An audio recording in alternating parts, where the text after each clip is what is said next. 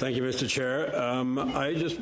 We've really had a good discussion about these sections 21, 22, 23, the Henry VIII clauses, or in some ways they're notwithstanding clauses, right? They're saying the government can go ahead and do this notwithstanding this list of acts that are listed in Schedule 2. Is there a way to constrain the use of that other than dropping it as you suggested? And I'm thinking either a sunset clause or perhaps a requirement that the invocation of that section be placed before Parliament for information purposes. And you may be aware, we haven't talked about the process here, but time is running out. The House is rising at the end of this week. We will be really voting on this next week. So it's almost like if we could get the House to make these amendments this week, it's a lot easier to make this happen. Any suggestions about how we could constrain these clauses?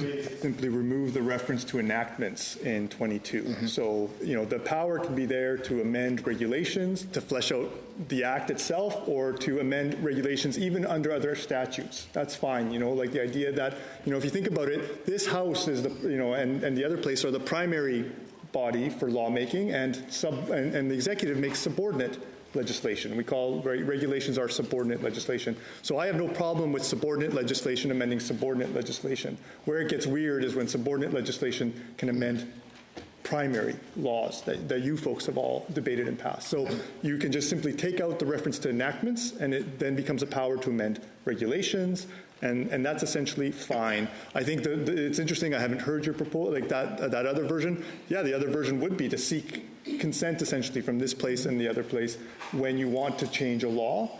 And that is, again, it brings you back, and it brings this process back, and it brings that transparency to the system, which is so important for accountability. So I think there are ways. Where are the words enacted?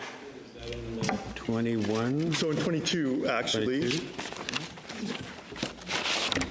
So how would it read instead? The Governor Council may, on the recommendation of the Minister, respond. 1 second, let me just.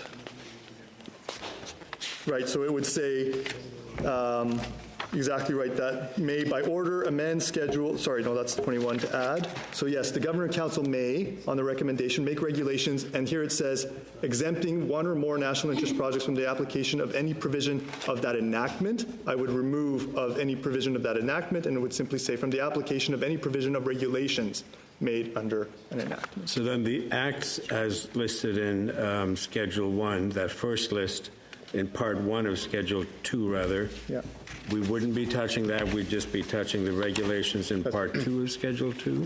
That's correct. I mean, that's a significant change, but it's still it's just 4 words. And what about a sunset clause if... well, so the Act does have kind of a sunset clause itself, right? It's just got a review clause. Well, it's so the power to list projects expires after 5 years. Okay. And then there's a review clause at Section 24. Certainly there's been some discussion. 5 years seems like a very long time.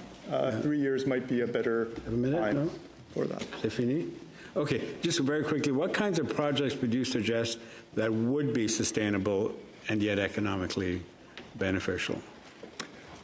If my colleagues want to jump in, I think there's obviously a lot of excitement around transmission lines, east-west transmission lines. I think that is critically important.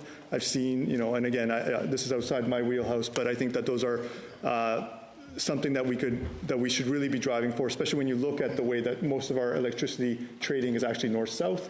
That doesn't make sense. That we should have a national grid. I like trains. I think probably a lot of we're in a train station, so some high-speed rail would be really great. I don't know if my colleagues have any.